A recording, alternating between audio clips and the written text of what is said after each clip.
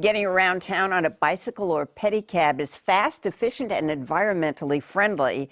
But a recent death involving a pedicab passenger has the San Diego City Council considering stricter regulations on the pedicab industry.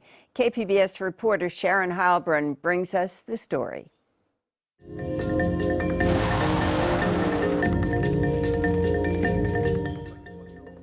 Matt Gowdy is a pedicab driver. He's going to school to be an accountant, but when he's not studying, he's pedaling pedestrians around downtown San Diego, giving them a whimsical taste of the city on 3 wheels. We got bike rides wherever you want to go, folks. Gowdy shares the road with hundreds of other pedicab drivers, which could soon change. The San Diego City Council is proposing stricter regulations for the industry, a move that's been in the works for several years, but is being fast-tracked because of a recent pedicab fatality. On July 4th, 60-year-old Sharon Miller died after falling from a pedicab. The bike, like this one here, didn't have a seatbelt, which is illegal but not uncommon. The unfortunate fact is that there are regulations on the books right now that had they been enforced, we could have possibly not had the incident that happened on the 4th of July. And the sad fact is you can walk into the city office, get a permit to operate a pedicab relatively quickly, and no one's going to come out. No one really even cares if you have seatbelts on your bike, and that's sad. Most pedicab company owners agree that more enforcement is necessary to protect the reputation of their industry. On a Friday or Saturday night, you're going to see hundreds and hundreds of bikes packing the gas lamp. It's a complete Wild West out there. You don't need a driver's license to operate a pedicab. Drivers lease the bikes and work on an independent schedule. For some companies, training isn't required.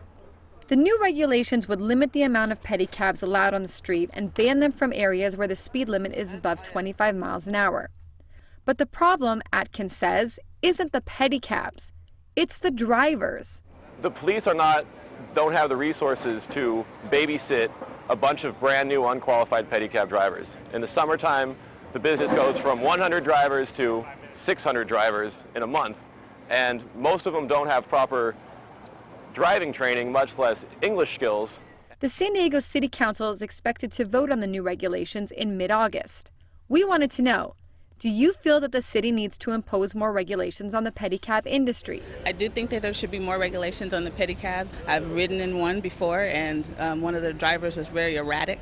I think there probably should be. I feel like a lot of the pedicabs run rampant throughout the downtown area, especially at nighttime when there's a lot of people that are intoxicated.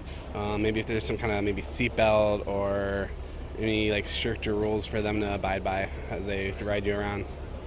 Did the one that you rode in, do you remember, did it have a seatbelt? No, it didn't.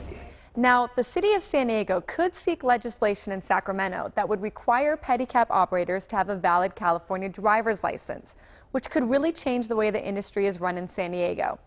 We want to know what you think about this issue. Log on to kpbs.org/SDweek and leave us a comment. For kpbs.org, I'm Sharon Heilbrunn.